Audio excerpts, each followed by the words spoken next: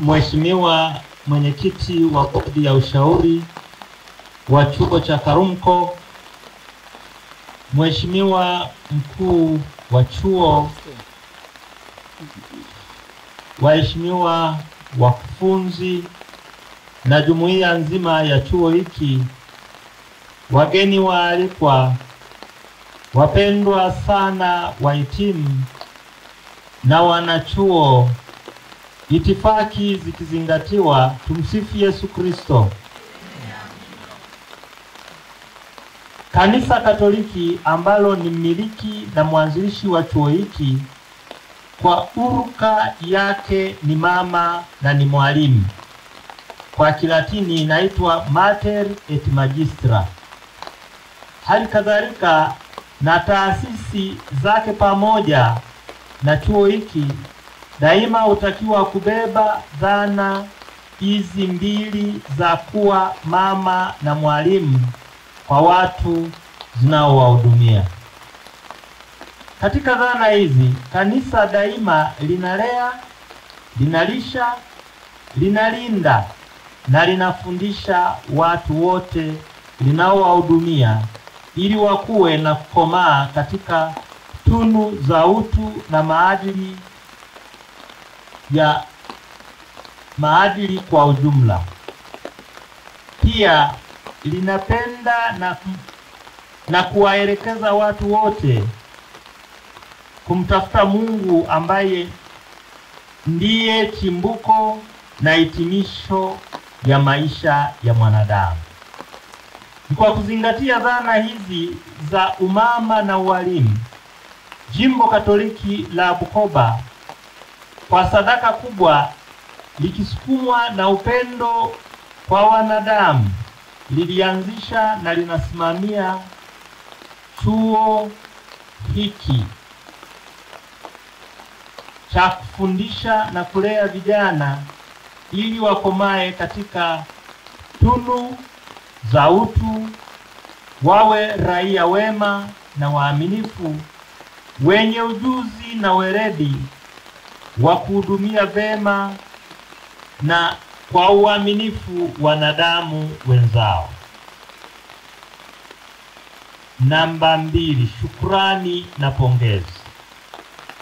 Siku ya mahafali ni siku mwafaka ya kutoa shukrani kwa Mungu ambaye ndiye chimbuko na hitimisho la kila jambo. Ni kwa neema zake chuo hiki kilianzishwa na ndiye anayekitegemeza. Katika shukrani hizo tuna namba A. Shukrani kwa bodi ya ushauri wa chuo. Kwa niaba ya Jimbo Katoliki la Bukoba, nipende kuishukuru sana bodi kwa ushauri wa chuo hiki kwa kazi kubwa wanayoifanya ya kutoa ushauri mzuri ili chuo kipige hatua zaidi. Kwa niaba ya wanabodi wote, nipende kukushukuru mwenyekiti wetu wa bodi, Mheshimiwa Profesa Bonaventura Rutinwa, makamu mkuu wa chuo kikuu cha Dar es Salaam, upande wa taaluma. Licha ya kazi nyingi na majukumu mengi ulionayo, kila mara usiti kufika kufuatilia maendeleo ya chuo chetu cha Karumko, ukishirikiana kwa karibu zaidi na wajumbe wengine wote wa bodi hii. Kwa niaba ya jimbo ninasema asante sana kwa kazi yenu nzuri. Matunda mnazidi kuyaona. Tunaomba msichoke kuendelea kutupatia ushauri tunapozidi kupiga hatua zaidi za kuendelea mbele kwa chuo hiki. Mwenyezi Mungu azidi kuwabariki kwa majitoleo yenu hayo makubwa mnayoyafanya.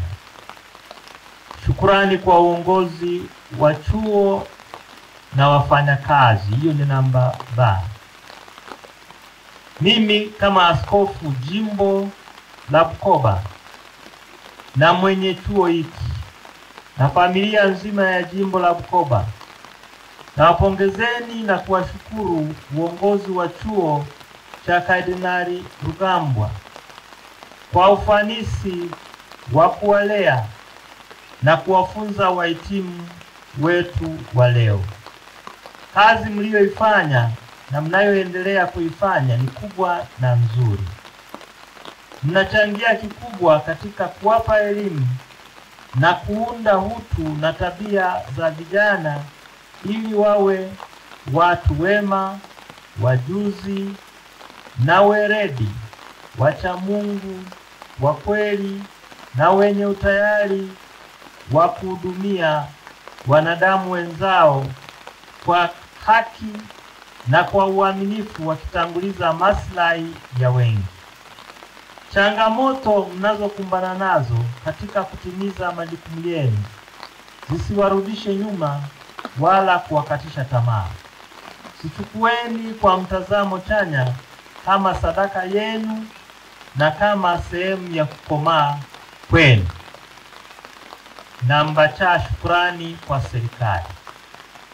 Kwa niaba ya jimbo letu, naishukuru serikali ya Jamhuri ya Muungano wa Tanzania kwa kusaidia chuo hiki kiendelee kufanya kazi yake. Hii ni kupitia sera na miongozo itolewayo na serikali kupitia chombo chake cha uratibishaji wa elimu ya kati NACTVET. Pengine bila ushirikiano toka serikalini, baadhi ya wahitimu wetu wa leo wasingeweza kuipata elimu walioipata.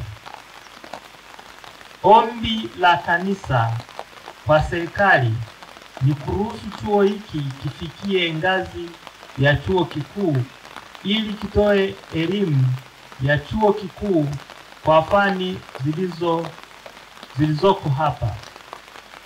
Sisi kama kanisa tunajitahidi kufanya juhudi zote kuhakikisha tunatimiza masharti ya kupandisha chuo hiki kufikia ngazi ya shahada ya kwanza au ngazi ya digrii. Mmemsikia mwenyekiti wa bodi ya ushauri akishukuru, na nipende kuhakikishia kwamba maandalizi mbalimbali yanafanywa kutayarisha wakufunzi, watendakazi mbalimbali, miundombinu inayohitajika na TCU.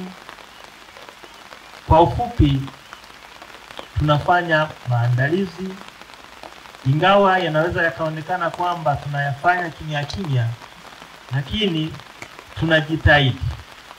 Hatutaki kusema kwamba labda yote mtayafahamu, lakini mipango mingi inaandaliwa. Labda tunalo waomba ni kwamba muendelee kutukumbuka kwa sala ili mipango yote tunayoipanga Mwenyezi Mungu aibariki. Namba 3, nasaha na ushauri kwa wahadhiri.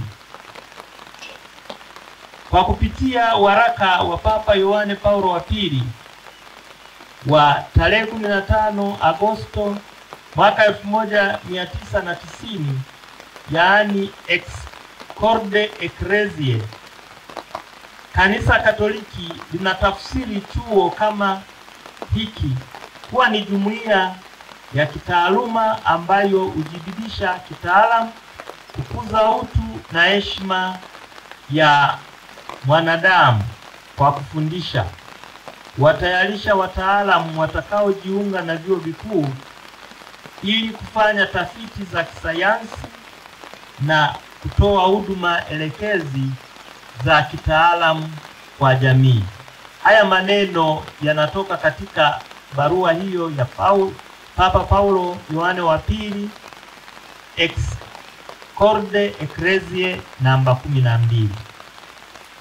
Kwa kuzingatia tafsiri hii ya kanisa na malengo ya chuo hiki, ninawaasa wakufunzi kuandaa wanafunzi watakaokuwa tayari kuendelea kufanya tafiti kwenye vyuo vikuu zenye kutoa majibu na maswali mtambuka yanayosumbua jamii zetu za sasa. Timizeni haya kwa kulinda taswira sahihi ya kanisa, kwa kuzifundisha na kuziishi tunu za Injili, yaani kusimamia ukweli, uadilifu, uwajibikaji, upendo kwa watu wote, na kuwa na moyo wa kujikatalia kwa ajili ya maslahi ya wengi. Endeleeni kuwa mawakili halisi wa kanisa ambalo ni mama na mwalimu. Endeleeni kubeba dhana hizi mbili, kwa kuwa sio tu kujiandaa kuwa baadaye kuwa wakufunzi au walimu na watafiti, bali pia walezi, watu wenye kuishi na kutafasiri kimatendo kile mnachokifundisha. Kwa ufupi, endeleeni kuwa mfano wa kuigwa kwa wanafunzi wenu na kwa jamii inayotuzunguka. Kwa wahitimu, namba 1, kuweni waadilifu. Elimu mlioipata inawapeleka kwenye ulimwengu wa vyuo vikuu na ulimwengu wa ajira. Na saa zangu kwenu ni kwamba kuweni waadilifu kazini na kuweni waadilifu kwenye vyuo vikuu mtakapoenda. Zingatieni maadili ya taaluma mlizozipata. Daima semeni ukweli, udumisheni ukweli na haki kwa watu wote. Kamwe msijenge tabia zinazopingana na taaluma zenu. Daima muongozwe na maneno ya Mtakatifu Agustino yasemayo, tabia mbaya isipodhibitiwa hubadilika na kuwa ulazima katika maisha. Yaani kwa Kiingereza, bad habit if not resisted becomes a necessity. Hayo ni maneno ya Mtakatifu Agustino wa Hippo. Namba 2, kuweni na moyo wa sadaka.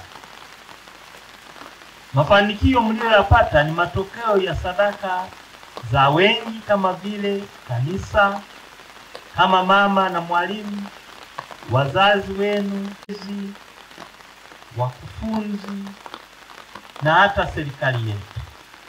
Wametoa rasilimali kwa ajili yenu. Sasa ni zamu yenu, wale ambao mtaingia katika ajira. Lakini wale mnaoendelea, endeleeni kutoa sadaka pamoja na kujifunza.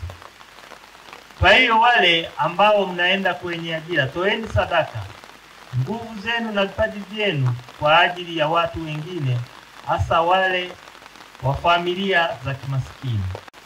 Kwa maneno ya Kiingereza, what is right is right even if nobody does it.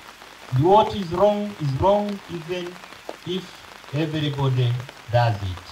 Hayo ni maneno ya Mtakatifu Agustino. Wapendwa, mnapotoka hapa, kuweni mabalozi wazuri wa chuo chetu.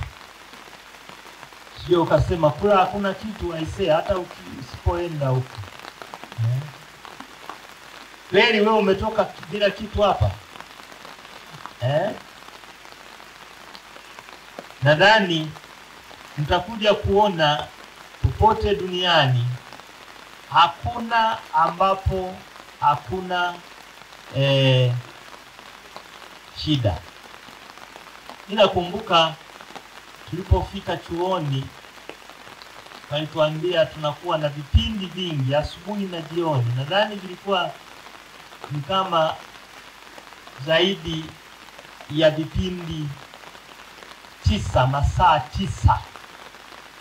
Sasa tukalalamika kwa sababu walikuwa wanaingia kwenye kitu kinaitwa Bologna Protocol, na Bologna Protocol hiyo ilikuwa inawawezesha kwamba vyuo vyote vya Ulaya, ukisoma chuo chochote kile kwa sababu walikuwa katika European Union, kwamba ukisoma chuo cha Ufaransa, chuo cha Roma, chuo cha Uingereza wakati ule ilikuwemo, au Belgium, yani maliza chuo chochote, ukienda kwenye chuo chochote cha Ulaya unatambulika. Na hiyo ndio ilikuwa Bologna Protocol. Kwa hiyo walikuwa wametuambia masomo 9 kila siku. Sasa baada ya kulalamika, kwa sababu hiyo ilikuwa ni pilot project, mkufunzi mmoja alikuja akasema hakuna taasisi yoyote ulimwenguni isiyokuwa na shida zake. Yaani hakuna taasisi iliyo perfect ulimwenguni. Inawezekana hapa ukawa umepata changamoto mbalimbali, lakini nawaomba mkumbuke kwamba hakuna taasisi yoyote ulimwenguni isiyokuwa na shida. Kama binadamu sote tusivyokuwa perfect, yani wakamilifu, vivyo hivyo taasisi zozote zinakuwa na mapungufu hapa na pale. Lakini ni kujitahidi kuyapunguza mapungufu, usije ukaanza kusema kwamba hakuna taasisi isiyokuwa na shida. Kwa hiyo mnaona ni mambo ndivyo yalivyokwenda hivi. Kwa hiyo tujitahidi kufanya nini? Kuyapunguza, na sisi tunajitahidi hapa kuweza kuyapunguza. Hitimisho. Nihitimishe kwa kumtakia mema na kumpongeza kila mmoja wenu aliyechangia elimu ya wahitimu wetu. Sote tuendelee kuenzi na kudumisha nia ya jimbo letu la Bukoba la kuanzisha chuo hiki. Tuwakumbuke na kuwaombea marehemu Mwadhama Kardinali Laurian Rugambwa ambaye chuo hiki kiko kwa jina lake. Tunamkumbuka marehemu Baba Askofu Nestori Timanywa ambaye alianzisha chuo hiki akishirikiana na mwashamu Baba Askofu Method Kilaini ambaye yeye bado yupo, na mmesikia mchango wake umekuwa ni mkubwa bado hata sasa hivi. Mchango wake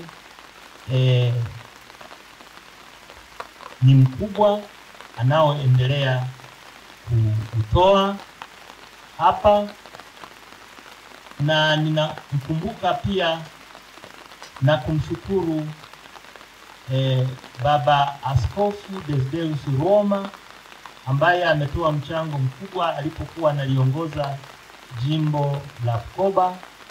Na pia labda kwa namna ya pekee tumkumbuke hayati Askofu Mkuu Novatus Rugambwa ambaye alikuwa akijitahidi sana kututafutia wajuani. Kwa hiyo naomba kama tulivyomkumbuka kwenye sala leo, tuendelee kumkumbuka. Mwenyezi Mungu amlaze au ampokee katika raha ya milele. Raha ya milele umpe Bwana. Pia nipende kuambia siku ya leo, ingawa hatujapanga siku, lakini shughuli yote itakuwa inafanyika hapa.